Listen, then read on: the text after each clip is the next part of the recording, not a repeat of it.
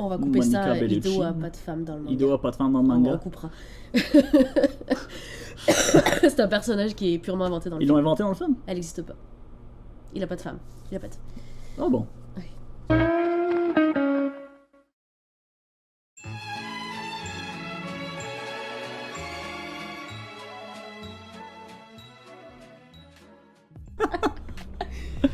Bonjour tout le monde, bienvenue à notre vidéo critique, discussion, réflexion. Discussion, ouais, réflexion. Discussion, ouais. oui, on donnera pas une note sur 10, du moins Non. sur le nouveau film produit par James Cameron, réalisé par Robert Rodriguez, Battle Angel Alita, qui est bien sûr l'adaptation manga de Gon, ou en anglais Battle Angel Alita, qui est dessiné et écrit par Yukito Kishiro.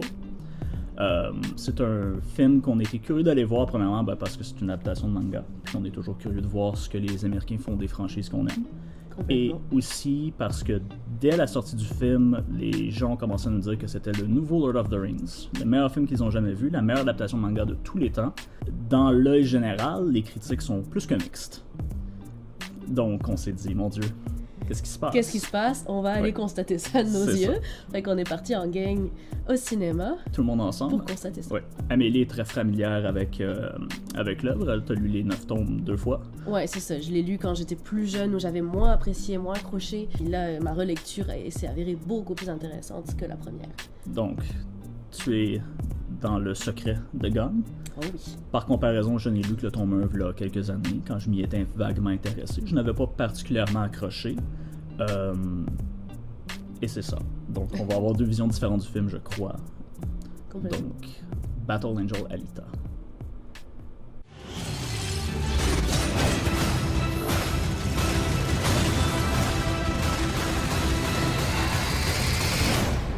I'm with her.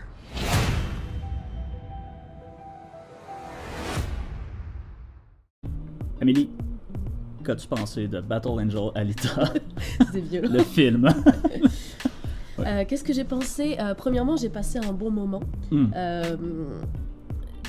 C'est sûr que je partais avec des attentes qui étaient très hautes, vu les critiques très positives de nos clients. Oui, c'est vrai que ça nous a mis sur un état. Ça a mis comme le film sur un piédestal, Oui. puis ça fait que j'ai pas été séduite par tous les aspects du film, Hmm. mais j'ai passé un bon moment.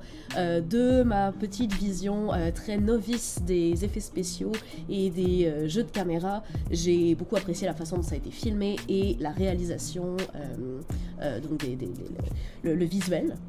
Oui, même ça, c'est intéressant parce que c'est quand même produit par James Cameron, qui est un des plus gros noms dans le cinéma hollywoodien. réalisé Avec par un Rodriguez. budget monumental. Avec un budget, je crois, près de 200 millions de dollars, Oh mon Dieu. ce qui est une production folle.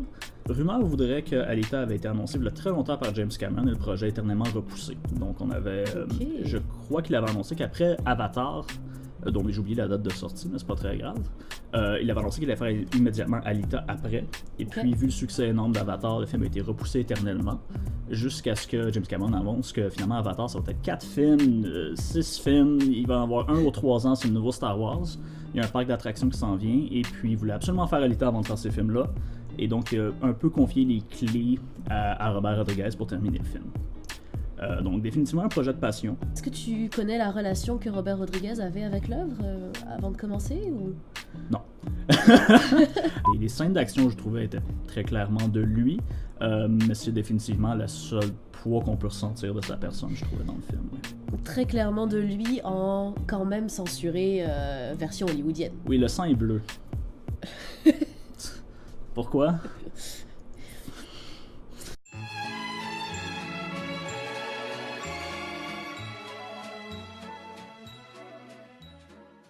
On sentait qu'il y avait une censure autant au niveau de la différence avec ce que Robert Rodriguez produit habituellement, puis autant au niveau de l'adaptation de l'œuvre, parce que le manga est beaucoup plus violent que ça. C'est vrai parce qu'à plusieurs moments dans le film, j'ai été choqué. Je crois le premier conflit où est-ce que... Bon, il n'y a pas de spoiler, mais Alita se bat. Il n'y a pas de spoiler, effectivement. un Alita truc se bat qui tout le se temps. Même elle aime le conflit, ce qui est une partie assez intégrante de son personnage que je trouve intéressant. Mais les premières scènes d'action étaient plus que violentes, puis je m'attendais pas à ce film-là qui me prenait un peu par la main tout le long avec des personnages un peu cookie cutter, j'appelle. Puis même tellement violent que j'en étais choqué, pour ensuite à la fin du film réaliser que ce film-là devait être un film puis de 18 ans et plus, mais qui se sont dit non. C'est ça. Non, donc C'est ça. Alors, je trouve ça à la fois positif et négatif. En même temps, je trouve que c'est une bonne adaptation dans le sens où c'est pas fidèle point par point au manga. Et donc, on fait une espèce de compromis entre l'ultra-violence du manga puis l'ultra-censure de Hollywood.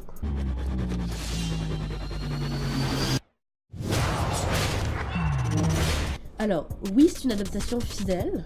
Il y a des choses qui ont été modifiées, même je dirais extrêmement modifiées par rapport au manga, mais comme tu dis, c'est une adaptation. Donc oui, c'est ça. C'est un commentaire qu'on entend souvent de nos clients, ou que je vois souvent sur Internet, qui est « Ah, mais c'était pas fidèle au manga, c'est pas fidèle à l'original, ils ont gâché tel personnage. » Puis il faut toujours garder en tête qu'une adaptation, c'est une adaptation. Donc c'est pas un manga, c'est pas un manga de 9 tomes, c'est un film de 2h30. C'est un film de 2h30 américain avec un budget de 200 millions de dollars pour des audiences américaines. Il faut savoir l'adapter parce que si on l'adapte pas, ben, pourquoi tu le fais? Donc je suis jamais particulièrement choqué quand il y a des changements. Par exemple, le film du Parrain n'est pas fidèle au livre du Parrain. Ça n'a pas d'impact, ils l'ont bien adapté, c'est un des meilleurs films jamais faits. Ça change pas que c'est un bon film. C'est ça, oui. Donc, quand j'ai entendu dire qu'il y avait des trucs qui devaient changer, j'étais pas particulièrement choqué. Mais j'étais intéressé aux thématiques. Quand j'avais lu le Gomme la première fois, je me suis dit, qu'est-ce que ça en fait des thématiques? Je vois un peu l'esthétique. L'esthétique était de loin ce qui m'aurait donné envie de continuer. Dans le film, on voit que l'esthétique avait été gardée, mais d'une manière un peu étrange. Mais j'avais pas soulevé de fil conducteur à l'histoire ou de thématique particulière. Le film avait l'air de parler de découverte de soi. C'est ça, c'est que la thématique centrale de Gum tout au long des 9 volumes, c'est vraiment la recherche d'identité de Gali, de Alita. Oui. Donc tout le manga va tourner autour de mais qui suis-je, d'où je viens, et puis est-ce que je suis un robot, est-ce que je suis un être humain? Donc c'est vraiment la thématique principale, donc ça le film le respecte complètement.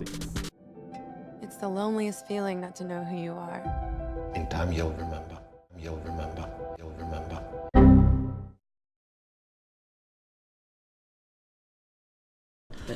Oui. En fait, je t'ai entendu dire, après qu'on est sorti du film, qu'ils avaient américanisé les personnages. Voilà, ça a été ce qui m'a dérangé le plus. Par contre, pour les gens qui n'ont pas lu le manga, c'est quand même cohérent ce qu'ils ont fait. Oui. Maintenant, c'est très hollywoodien. Ça a été ça mon problème, c'est que on a transformé le caractère des personnages pour leur donner un aspect plus américain, ce qui toi est quelque chose qui t'a pas dérangé. Je n'ai pas remarqué en fait. Pour moi c'était une histoire classique de découverte de soi avec des personnages tels qu'on les voit habituellement. Quand tu m'en as parlé ensuite de ces personnages-là, de leur impact qu'ils ont dans le manga, puis qui ils sont, j'étais comme mon Dieu, mais pourquoi même adapter cette œuvre-là si on est pour carrément changer ces personnages-là de A à Z? C'est ça.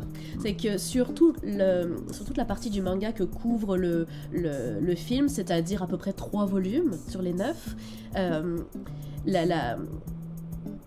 l'impact qu'a le caractère de chaque personnage sur l'histoire finale se fait pas ressentir.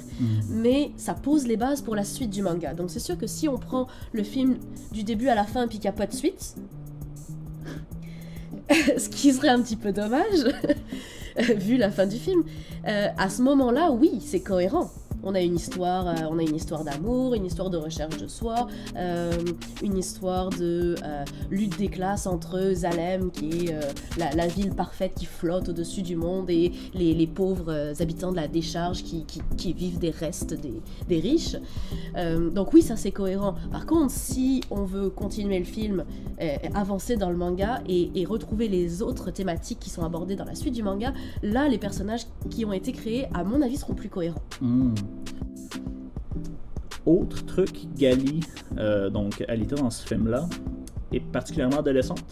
Oui, c'est sûr que elle ressemble à une adolescente, avec ses réflexions d'adolescente, puis elle n'est pas très Développée. Développée, en tout cas psychologiquement parlant, évidemment.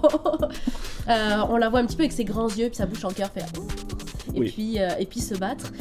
Elle ressemble quand même à ce qu'elle est au début du manga, mais elle évolue très vite, beaucoup plus vite dans le manga. Ah, d'accord. Je pense que, encore une fois, l'américanisation du scénario et des personnages a joué aussi, parce que il faut que on vive une histoire d'amour hollywoodienne.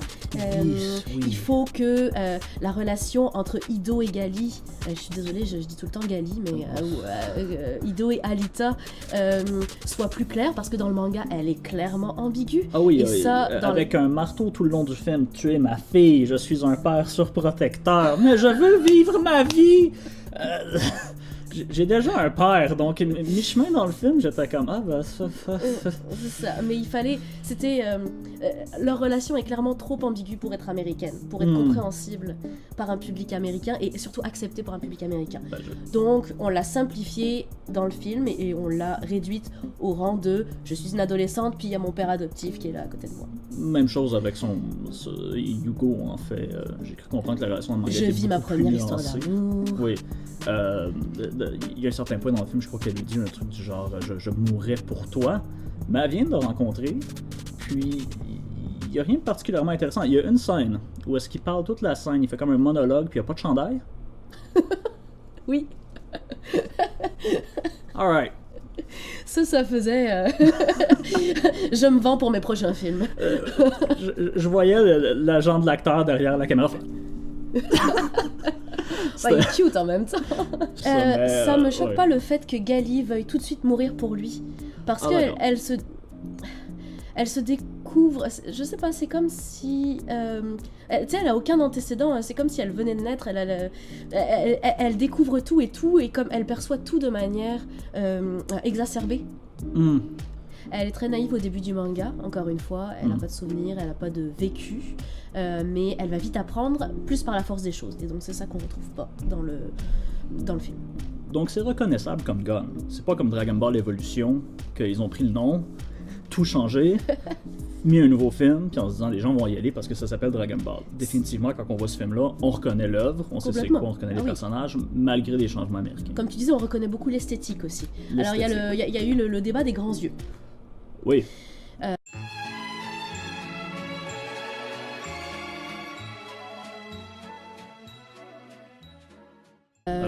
J'avoue que quand j'ai vu le trailer, je dis comme mon Dieu, pourquoi ils ont fait ça? Et puis finalement, on se rend compte, moi de mon point de vue, au fil du film, je me suis habituée et j'ai trouvé que c'était très cohérent. J'ai trouvé que ça lui donnait un aspect qui la faisait ressembler au manga. Alors quand j'avais lu le manga la première fois, fin des années 90, j'avais été attirée par ce manga parce que je lisais Dragon Ball comme tout le monde, et à la fin de chaque volume de Dragon Ball, il y avait une pub pour Gum qui venait juste de sortir, puis l'image qui constituait qui était mise en avant, c'était... il faudrait que je la retrouve en fait.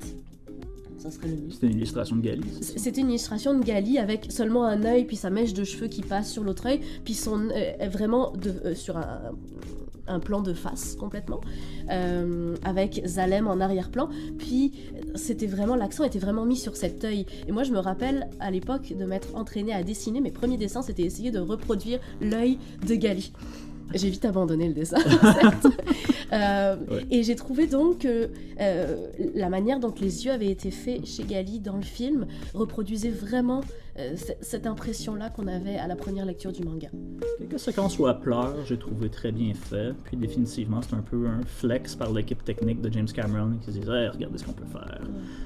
C'est intéressant. Mais les grands yeux dans le manga, c'est sûr que tout le monde, même si t'as jamais lu de manga, tu sais que la caractéristique d'un manga, c'est que les personnages ont des grands yeux. Mais dans Gum, qui est un seinen et qui est donc dessiné avec un style différent des mangas shonen les plus connus, c'est pas tous les personnages qui ont des grands yeux. Et Alita a des yeux particulièrement mis en avant par rapport aux autres personnages. Même dans le manga. Même dans le manga. Ah. Alors oui, les yeux sont plus grands que dans un comics par exemple parce que c'est le propre du dessin japonais, oui. mais l'accent est vraiment mis sur les yeux d'Alita dans le manga, plus que les autres personnages. Ah d'accord, bon, ça l'excuse un peu, parce que je trouvais que c'était comme une vision américaine de la chose. Comme c'est un manga, les yeux sont grands, on va mettre des grands yeux, c'est comme, oh mon Dieu. Ah! James! Non, j'ai trouvé que c'était bien amené. Ok. Somme toute. Voici une question qu'on va pouvoir répondre de manière bien pratique. Doit-on connaître d'avance le manga de Gum pour comprendre le film? En fait, c'est plus toi qui peux répondre à cette question. Oui, donc non.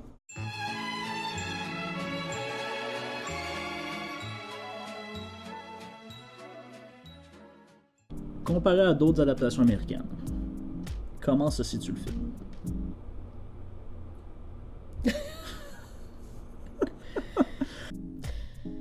Alors, on a eu Ghost in the Shell récemment, qu'on est allé voir en gang aussi, et qui nous a un peu laissé sur notre faim, pas mal plus qu'Alita. Je dirais que pour Ghost in the Shell, à chaque fois qu'on fait ça, on y va avec la gang d'otaku qui a lu le manga et décortiqué dans tous les sens, et puis avec des amis qui... un peu moins... soit qui ont jamais lu le manga, soit qui ont une connaissance très très floue. Et pour Ghost in the Shell, il me semble pas que les gens qui ont pas lu le manga aient aimé ça. Les gens qui ont lu le manga n'ont clairement pas aimé ça, à l'exception de certains. Oui.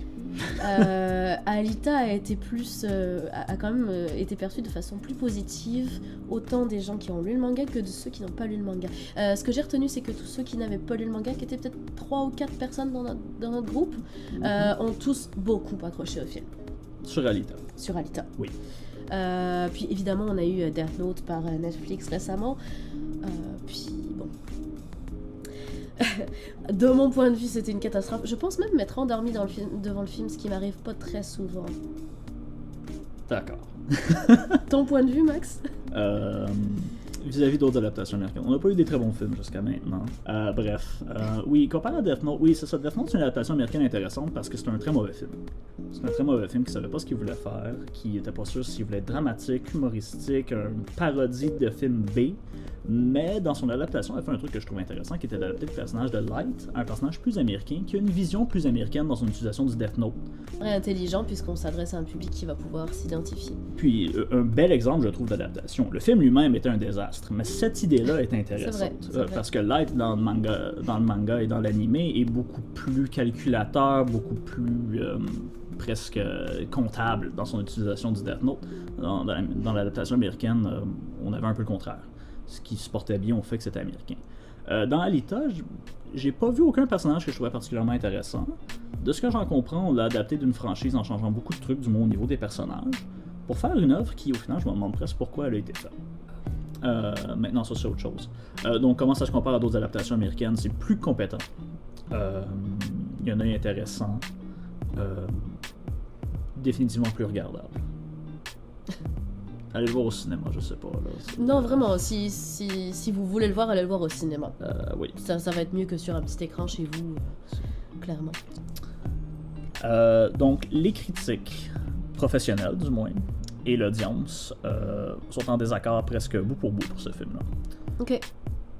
Pourquoi, tu penses? On voit ça dans les critiques manga également. C'est souvent le cas. Un manga qui paraît puis qui combine tous les éléments qu'il faut pour séduire le public, mais qui n'est pas forcément bien réalisé dans le côté technique. Souvent, on va voir ça aussi. On va voir une note du public qui va être extrêmement haute, puis une note des critiques professionnelles qui va être so-so. Au-delà de ça, je crois que les gens attendent depuis longtemps une adaptation manga qui a le feeling de manga. L'action puis la violence est tellement over the top, ça va vite, il y a des effets. On a véritablement l'impression de regarder un anime. Oui, je pense que t'as raison. Je crois que ça a bien résonné chez l'audience et chez les critiques. Au-delà du fluff, ils se sont dit, mon Dieu, mais de quoi ça parle ce film-là? Je suis pas capable de comprendre les thématiques. Le personnage principal est un peu adolescente. Donc j'ai l'impression que ça pourrait venir de là. Oui, ça se peut. Donc si vous voulez une bonne expérience de cinéma, de voir des trucs qui flashent puis qui explosent, puis un peu comme The Expendables, c'est intéressant. Si on veut un truc un peu plus profond, je crois qu'on peut passer à Alita, mais c'est intéressant dans l'histoire manga et du cinéma de voir Alita pour ce que c'est. J'ai vraiment ressenti un petit peu la même chose à la lecture du manga. Au début, je me suis dit, ouais, c'est cool, c'est le fun, c'est de la sci-fi, puis l'univers est très très riche, très cohérent. Et au bout d'un moment, on arrive au Matter Ball, puis je me dis, ok, mais là c'est un manga d'action, puis ça va pas très loin. Puis finalement, notre personnage évolue, vient la question de la recherche d'identité. Et on se rend compte que tous les éléments ont été mis en place dans le but d'amener plusieurs problématiques qui vont être beaucoup plus profondes. J'ai véritable... Le tome 7 est un énorme déclencheur, puis le tome 8 et 9 sont extrêmement passionnants. Mais c'est ce feeling que j'ai eu que le manga devenait vraiment intéressant à partir du tome 7. Le fait que Alita est un corps entièrement robotisé avec un cerveau d'humain et qui va rechercher sa propre identité puisqu'elle est amnésique, va nous amener à une réflexion sur qu'est-ce qu'un être humain. Qu'est-ce qui fait que Alita est moins humaine qu'un autre? Tu vois, ça c'est des concepts que j'adore quand ils sont explorés en film, que je n'ai pas vraiment ressenti dans mon écoute du film. Non, et ce qui est normal, puisque on le ressent pas non plus dans le manga sur la période qui est couverte par le film. Exactement. Mais comme je disais, le réalisateur risque d'être gêné par le fait qu'il a modifié beaucoup de choses dans le caractère des personnages qui contribuent à forger notre personnage principal, Gali, et qui vont donc, forcément, si on veut être cohérent, vont modifier la suite de l'histoire. Je sais pas comment il va se débrouiller avec ça. En tout cas, c'est ça, j'encourage vraiment les gens à lire le manga au complet parce que c'est vraiment le dernier tiers du manga qui est incroyable. Donc, faut pas juste en lire un comme j'ai fait. Non, clairement pas, il faut pas s'arrêter là. Il faut pas s'arrêter au Motorball. Puis si vous aimez les scènes d'action, les scènes du Motorball sont super bonnes, sont ultra violentes, mais très très bonnes. Mais c'est ça, si on recherche quelque chose de plus à la lecture d'un manga, il faut vraiment lire la série au complet.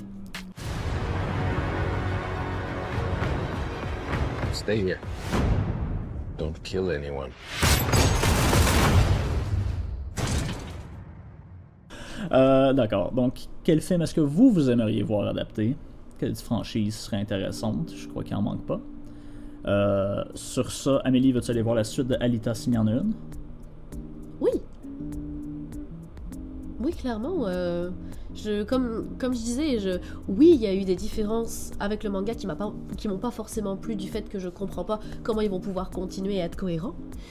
Mais le film en tant que tel, en tant que novice du monde cinématographique, oui, ça m'a plu. Pas moi. Et toi? Bon. Je sais que tu viendrais quand même. Oui, Est-ce que ça t'a donné envie de lire le manga? Oui, définitivement. Ça, c'est oui. Ça me donne envie d'explorer le manga parce que je trouvais que le point fort du manga était son visuel. Et puis, ce qui était exactement ce qui manquait dans ce film-là. Il n'y avait pas le trait de crayon des années 90 que j'aimais. Puis, vu que les thématiques étaient abordées mais pas développées, je me suis dit, j'ai envie de voir ces thématiques-là développées. Donc, oui, ça me donne envie de lire le manga. Ça m'a pas donné envie de voir la suite du film, par contre. Mais, c'est ça. Ok. Donc on vous encourage vivement à lire le manga qui se trouve ici dans sa version anglophone et ici dans sa version francophone. Donc réédition originale de la première série Gun en 9 volumes. On commence tout juste la réédition de Last Order qui est la suite directe, écrite 10 ans plus tard mais qui commence pile à la dernière page du volume 9 et qui va être en 19 volumes si je me souviens bien. Puis vous avez également Mars Chronicle qui est encore en train de sortir, qui est la 3e saison où on va revenir dans le passé de notre personnage principal et également naviguer entre les différentes époques dans lesquelles se passe le manga. Ah bah bravo. Donc c'était notre vidéo sur Battle Angel Alita. Abonnez-vous, s'il vous plaît. Abonnez-vous à la page Facebook. Abonnez-vous à notre chaîne YouTube. Abonnez-vous à notre chaîne YouTube pour plus de contenu. Comment ça se filme une vidéo? Merci de nous avoir écoutés. Merci. Je sais pas. Vous pouvez finir vraiment à vous. Juste comme merci. Ça peut être vraiment ça. Merci à tous. Ciao. Bon, d'accord. Bon.